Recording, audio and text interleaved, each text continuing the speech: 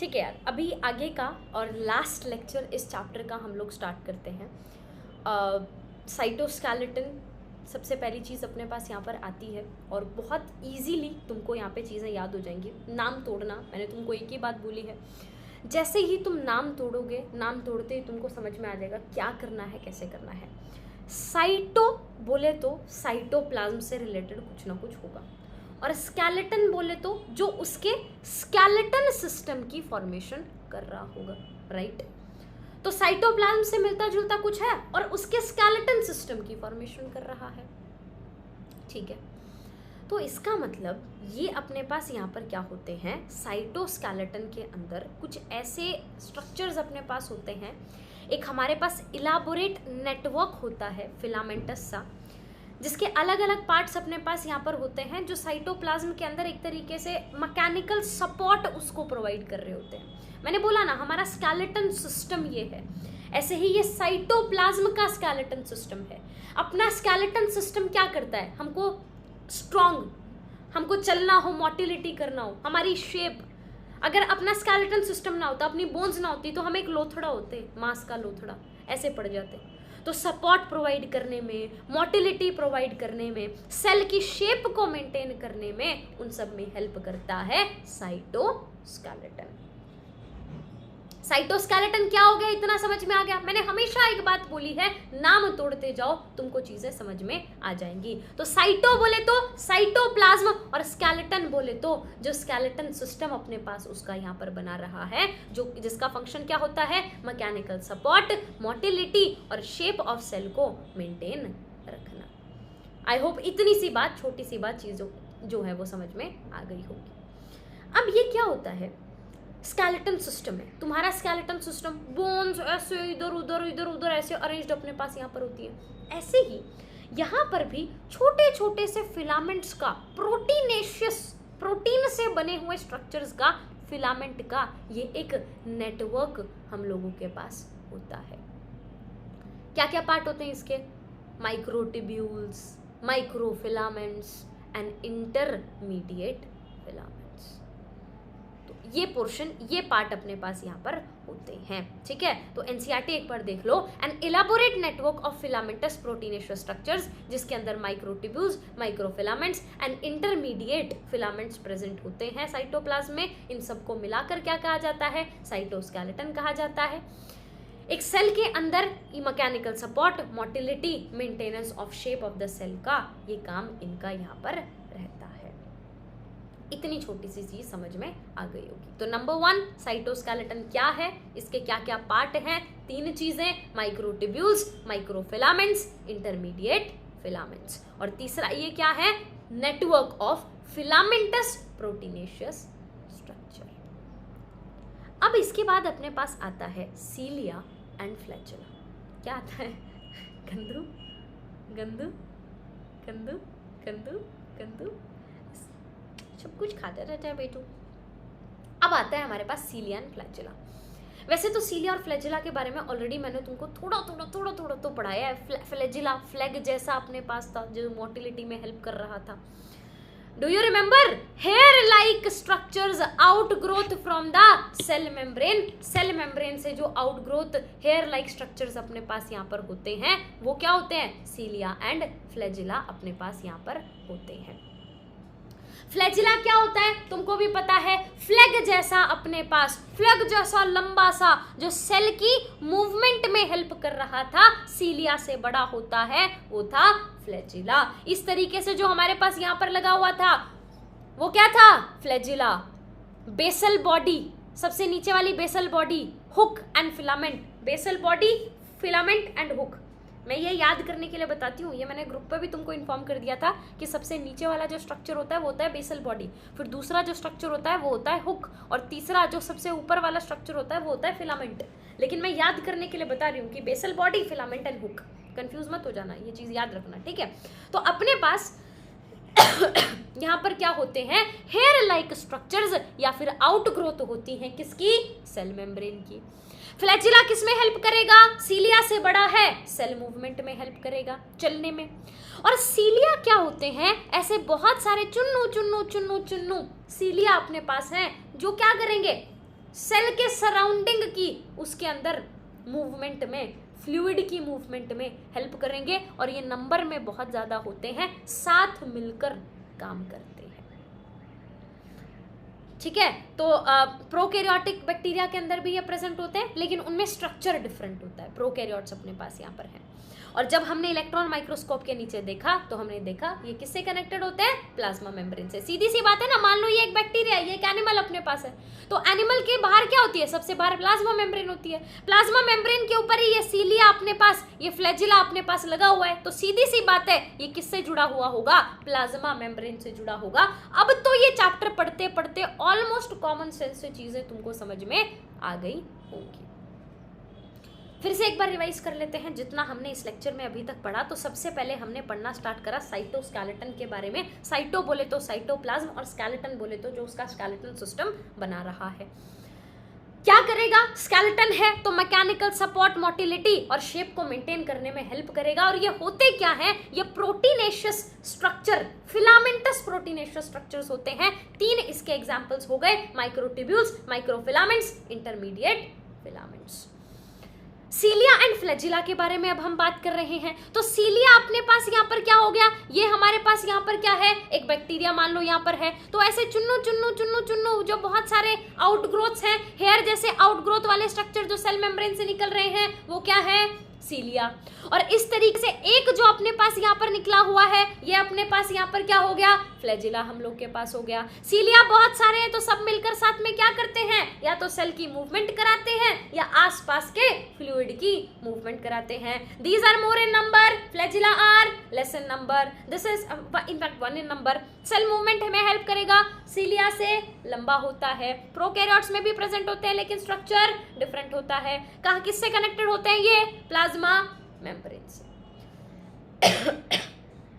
अब इनको अगर हम और डिटेल में देखें, इनको हम जूम करके इनके अंदर ये कैसे बने होते हैं वो अगर हम देखें तो उसके बारे में बात करते हैं। तो इनके अंदर क्या होता है, एक अपने पास इस तरीके का कुछ स्ट्रक्चर आप लोगों को यहाँ पर देखने को मिलेगा। अगर आप इलेक्ट्रॉन माइक्रोस्कोप के नीचे अपने पास यहाँ पर देखोगे तो इस तरीके का इंटरनल स्ट्रक्चर आपको देखने को मिलेगा। क्या मिलेगा इसके अंदर देखना, तुम ये याद करने से अच्छा जो थ्योरी है, अगर तुम्हारे दिमाग में ये डायग्राम बैठ गया, और पिक्टोरियल मेमोरी हमारी स्ट्रांग होती है, अगर तुम्हारे दिमाग में डायग्राम बैठेगा तो तुमको कोई दिक्कत नहीं है। फिर आ जाओ देख लो ध्यान से। अपने पास यहाँ पर क्या है, ये हमारे पास यहाँ पर है प्लाज्मा मेम्ब्रेन। अच्छा, अब सेंटर से स्टार्ट करते हैं। सेंटर के अंदर क्या प्रेजेंट होंगे, सेंट्रल माइक्रोट्यूब्यूल। सीधी सी बात है, यहां पर जो पेरीफेरी में हमारे पास प्रेजेंट हैं उनको हम क्या कहेंगे, पेरीफेरल माइक्रोट्यूब्यूल्स। और आपको नजर आ रही होगी एक चीज कि ये एक नहीं, ये ऐसे 2 की फॉर्म में है, डबलेट की फॉर्म में अपने पास है। तो 2 तरीके के माइक्रोट्यूब्यूल्स इसके अंदर प्रेजेंट होते हैं, सेंट्रल माइक्रोट्यूब्यूल्स, पेरिफेरल माइक्रोट्यूब्यूल्स। क्या क्या हो गए मेरे पास यहाँ पर, central microtubules and peripheral microtubules. Central microtubule 1 and 2, 2 central microtubule हैं, अलग अलग हैं, जबकि जो पेरिफेरल माइक्रोट्यूब्यूल है वो अपने पास यहाँ पर क्या है, डबलेट की फॉर्म में। 1 पेरिफेरल माइक्रोट्यूब्यूल, 2 पेरिफेरल माइक्रोट्यूब्यूल, 3, 4, 5, 6, 7, 8, 9, तो टोटल 9 पेरिफेरल माइक्रोट्यूब्यूल्स हैं। मैं फिर एक बात कह रही हूं, ये डायग्राम याद कर लो, तुमको सब कुछ याद हो जाएगा। तो 2 तो अपने पास क्या हो गए यहाँ पर, सेंट्रल माइक्रोट्यूब्यूल्स, और 9 जो डबलेट की फॉर्म में है। मतलब इन शॉर्ट ये पूरा का पूरा स्ट्रक्चर एक माइक्रोट्यूब्यूल है, डबलेट है लेकिन 2 है उसका पार्ट।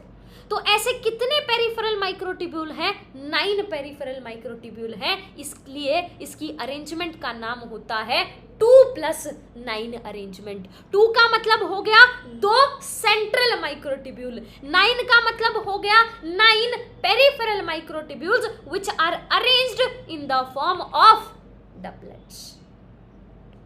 ठीक है, अच्छा, अब अपने पास ये जो सेंट्रल माइक्रोट्यूब्यूल है, ये सेंट्रल माइक्रोट्यूब्यूल आपस में एक दूसरे से ब्रिज, यहाँ पे आपको एक चीज़ ऐसे, ये एक ब्रिज जैसा स्ट्रक्चर नज़र आ रहा होगा, ब्रिज, तो ये आपस में एक दूसरे से ब्रिज की हेल्प से जुड़े होते हैं। ठीक है, एक आपको यहाँ पर एक लाल लाल ऐसा स्ट्रक्चर आ रहा है जो इसकी ऐसे कवरिंग बना रहा है, शीथ बना रहा है, और सेंट्रल माइक्रोट्यूब्यूल का बना रहा है, इसीलिए इस शीथ का नाम होता है सेंट्रल शीथ। क्या नाम होता है? Central sheath. ठीक है, उसके अलावा अपने पास यहाँ पर है, ये क्या है? एक डबलेट। ये क्या है? दूसरा डबलेट। जब एक बंदे को दूसरे बंदे से जोड़ा जाता है तो उस जोड़ने वाले पोर्शन का नाम होता है ब्रिज। ये ब्रिज एक डबलेट को दूसरे डबलेट से जोड़ रहा है, इसीलिए इसका नाम होगा inter doublet bridge. I hope इतनी चीजें, इतनी बात क्लियर हो गई होगी। क्लियर इतना? तो अपने पास मैंने फिर एक बात बोली, इस डायग्राम को याद रखो, सब याद हो जाएगा। सबसे पहले बीच में क्या थे? दो माइक्रोट्यूब्यूल्स, सेंट्रल माइक्रोट्यूब्यूल्स, वो आपस में किसकी हेल्प से जुड़े हुए हैं? ब्रिज की हेल्प से। कवरिंग कौन बना रहा है इनके ऊपर? एक सेंट्रल शीथ। उसके अलावा यहाँ पर डबलेट्स की फॉर्म में अपने पास कितने माइक्रोट्यूब्यूल्स हैं? 9 माइक्रोट्यूब्यूल्स। और ये अपने पास किसकी हेल्प से एक दूसरे से जुड़े हुए हैं? इंटर डबलेट ब्रिज की हेल्प से। उसके अलावा आपको एक और स्ट्रक्चर नजर आ रहा होगा ऐसे, जो अगर इधर मैं बनाऊं तो ये एक सर्कल का रेडियस है, तो ये रेडियस की तरफ हमारे पास ऐसे एरो कर रहा है, रेडियस की तरफ इसका इशारा है, तो इसीलिए इसका नाम होता है रेडियल स्पोक। क्या नाम होता है इसका? Radial spoke. तो ये पोर्शन अपने पास यहाँ पर हो गया। और ये जो बीच का पोर्शन होता है, कहते हैं ना कोर टीम बनानी है हमें, कोर इंपॉर्टेंट, एकदम मेन बीच का कोर एरिया, एक्सोनीम इसको हम कहते हैं। तो अगर ये डायग्राम आप सभी स्टूडेंट्स को एनसीईआरटी का याद हो गया है तो आपको पूरा का पूरा उनका स्ट्रक्चर कैसा होता है, कैसा नहीं होता है, वो समझ में आ जाएगा। इस डायग्राम को याद करना आज के बाद, थ्योरी से रटने की जगह इसको याद करना। तो क्या क्या हो गया अपने पास यहाँ पर? एक सेंट्रल माइक्रोट्यूब्यूल, दूसरा सेंट्रल माइक्रोट्यूब्यूल, दोनों किसकी हेल्प से जुड़े हैं? ब्रिज की हेल्प से। ये उनके ऊपर क्या है अपने पास यहाँ पर? Central sheath. ये हमारे पास क्या है? एक डबलेट। ऐसे कितने हैं? 9 डबलेट्स। कौन से डबलेट्स? Peripheral doublets. आपस में किसकी हेल्प से जुड़े हुए हैं? इंटर डबलेट ब्रिज की हेल्प से। और यहाँ पर ऐसे ये रेडियस की तरफ जो स्पोक जैसा स्ट्रक्चर है उसे हमने क्या बोल दिया? Radial spoke. बीचों बीच का जो पोर्शन अपने पास है, जो कोर पोर्शन है, उसे क्या कहते हैं? एक्सोनीम। ये बीचों बीच का पोर्शन, क्या पूरा ही पोर्शन, ये पूरा बीचों बीच का ही पोर्शन है, इसको एक्सोनीम ही बोल दो पूरे। ये कोर एरिया ही हो गया। पेरिफेरल डबलेट्स भी इंपॉर्टेंट है, सिर्फ सेंट्रल थोड़ी है, पेरिफेरल डबलेट्स भी इंपॉर्टेंट है।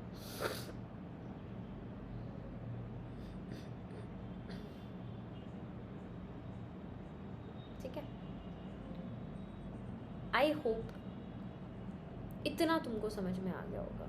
अगर तुमको डायग्राम याद हो गया होगा तो एक बार देखते हैं यहाँ पर। जो कोर अपने पास यहाँ पर एक्सोनीम है, इसके अंदर पैरेलल माइक्रोट्यूब्यूल्स होती हैं। कैसे? 9+2 अरेंजमेंट में। 9 कौन सी थी? अपनी पेरिफेरल डबलेट्स की फॉर्म में, उसमें रेडियली अरेंज्ड अपने पास थी, रेडियल स्पोक भी उसमें था। एक सेंट्रली रोकेटेड पेयर होता है 2 माइक्रोट्यूब्यूल्स का, रेडियल स्पोक होते हैं, सेंट्रल शीथ होती है, पेरिफेरल डबलेट्स होते हैं, 9 रेडियल स्पोक्स हैं, 9 रेडियल माइक्रोट्यूब्यूल्स हैं। सीधी सी बात है, कितने रेडियल स्पोक होंगे? अब ये 9 है तो इन एक के अंदर एक रेडियल स्पोक, तो टोटल 9 है, तो 9 के अंदर 9 रेडियल स्पोक अपने पास प्रेजेंट होंगे। है ना। अच्छा क्वेश्चन बन सकता है यहाँ से। उसके अलावा पेरिफेरल डबलेट्स इंटरकनेक्टेड होते हैं अपने पास लिंकर्स की हेल्प से, या फिर हम क्या कह सकते हैं उनको, इंटर डबलेट ब्रिज कह सकते हैं। तो दोनों सीलियम और flagellum emerge from centre like this structure that is known as basal body, जिसको हम कहते हैं। तो एक बार एनसीईआरटी इसकी अपन पढ़ लेते हैं स्टार्टिंग से। तो cytoskeleton and elaborate network of filamentous proteinaceous structure, microtubules, microfilaments, और ये सब पार्ट होते हैं। साइटोस्केलेटन उसको कहा जाता है जो मैकेनिकल सपोर्ट वगैरह प्रोवाइड करता है, ये हमने देख लिया। सीलिया जिसका सीलियम सिंगुलर होता है, फ्लैजिला जिसका फ्लैजिलम सिंगुलर अपने पास हो गया। हेयर लाइक आउटग्रोथ्स होती है सेल मेम्ब्रेन की। सीलिया स्मॉल स्ट्रक्चर्स हैं जो ओर्स की तरह काम करते हैं, जिसकी वजह से मूवमेंट अपने पास होता है या तो सेल का या फिर सराउंडिंग फ्लूइड का, सीधी सी बात है। फ्लैजिला कंपैरेटिवली लंबे होते हैं, सेल मूवमेंट अपने पास कराते हैं। Prokaryotic bacteria also possess flagella but these are structurally different from that of eukaryotic flagella. Prokaryotic bacteria में फ्लैजिला होता है, लेकिन स्ट्रक्चरली वो डिफरेंट होता है यूकैरियोटिक फ्लैजिला से। इलेक्ट्रॉन माइक्रोस्कोप स्टडी अगर अपन यहाँ पर करें तो प्लाज्मा मेम्ब्रेन से कवर्ड अपने पास यहाँ पर होते हैं, और उनका जो कोर पोर्शन है उसे क्या कहा जाता है, एक्सोनीम, जिसके अंदर काफी सारे माइक्रोट्यूब्यूल्स होते हैं जो एक दूसरे के पैरेलल लॉन्ग एक्सिस के अलॉन्ग अपने पास यहाँ पर होते हैं। क्या होता है इसमें, 9 डबलेट्स अपने पास हैं जो रेडियली अरेंज पेरिफेरल माइक्रोट्यूब्यूल्स हैं। बीच में एक सेंट्रल लोकेटेड माइक्रोट्यूब्यूल है जो कि एक्सोनिमल माइक्रोट्यूब्यूल्स 9+2 अरे अपने पास अरेंजमेंट दिखा रहा है। सेंट्रल ट्यूब्यूल ब्रिज की हेल्प से जुड़े हैं और सेंट्रल शीथ इनको ऊपर से कवर कर रही है, which is connected to one of the tubules of each peripheral doublets by a radial spoke. तो यहाँ पर क्या प्रेजेंट है, एक रेडियल स्पोक अपने पास यहाँ पर प्रेजेंट है, जो कि इनको किसको, ये जो अपने पेरिफेरल डबलेट है इनको यहाँ पर इसके साथ कनेक्ट कर रही है। ठीक है, वो डायग्राम याद रखना है बस। दस देयर आर 9 रेडियल स्पोक्स, क्योंकि 9 डबलेट्स अपने पास यहाँ पर है। Peripheral doublets are also interconnected by linkers, उनका नाम लिंकर्स है। पेरिफेरल डबलेट्स कह दो, इंटरडिजिट ब्रिज, सॉरी इनको इंटरडिजिट डबलेट, इंटर डबलेट ब्रिज कह दो, या फिर क्या कह दो, लिंकर्स कह दो। और इसका नाम क्या था, इसका नाम था ब्रिज। लिंक कर रहा है, लिंकर्स अपने पास यहाँ पर हो गए। तो both cilium and flagellum emerge from centriole like structure called the basal bodies.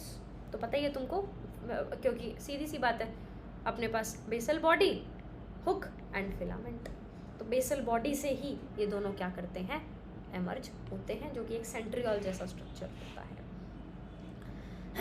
तो this was all about सीलिया and flagella.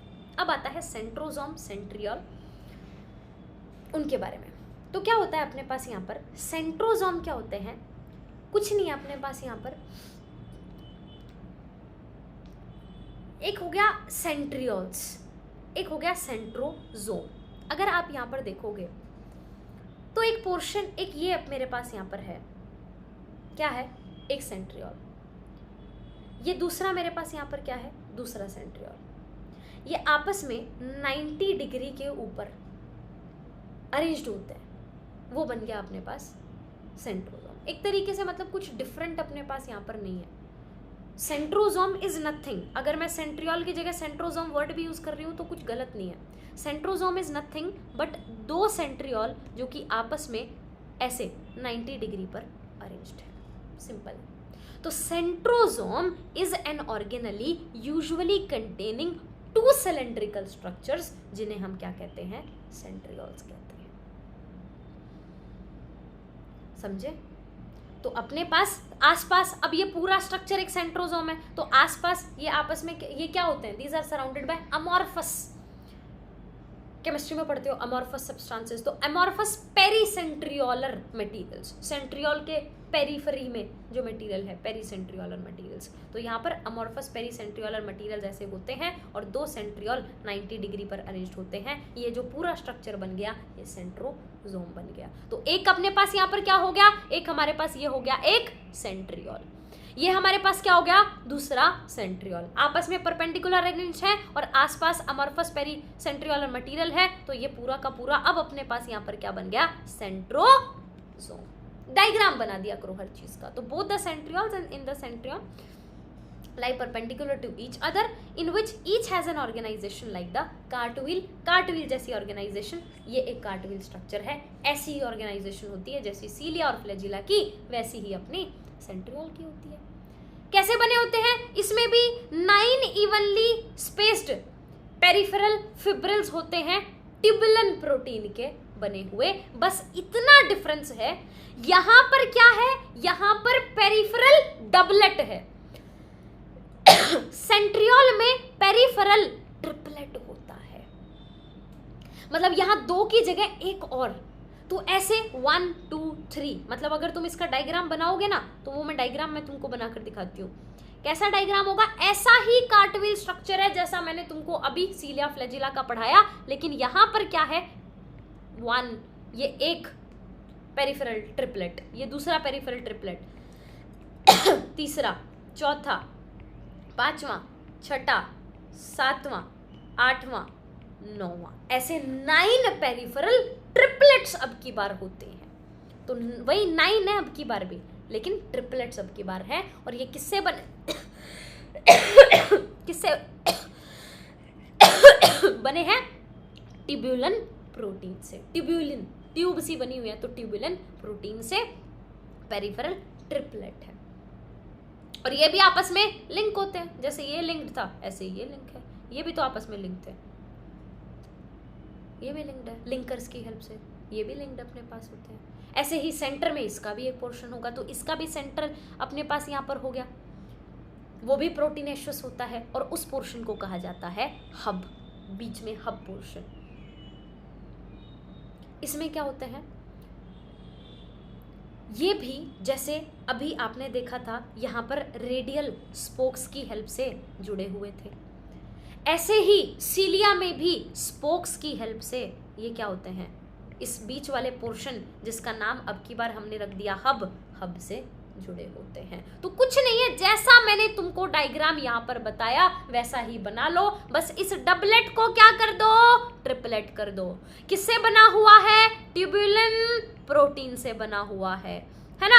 उसके अलावा अपने पास यहाँ पर क्या हो गया, उसके अलावा हमारे पास यहाँ पर रेडियल स्पोक थी, यहाँ पर भी क्या प्रेजेंट है, यहाँ पर भी स्पोक्स प्रेजेंट है। तो मोटा मोटी पहला वाला स्ट्रक्चर तुमको समझ में आ गया, तो ये भी आ जाएगा, ये प्रोटीनेशियस होता है, ठीक है ना। और सीलिया और फ्लैजिला की बेसल बॉडी कौन बनाता है, सेंट्रियोल बनाता है। Centriole like structure, basal body से सीलिया फ्लैजिला बनते हैं, अभी अभी यहाँ पर पढ़ा था, emerge from centriole like structure called the basal body,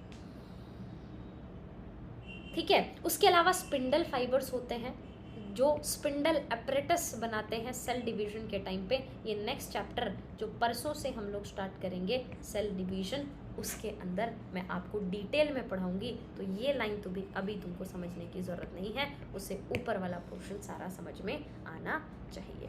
तो एक बार मैं फिर से रिवाइज करा देती हूँ सेंट्रोसोम एंड सेंट्रियोल्स के बारे में।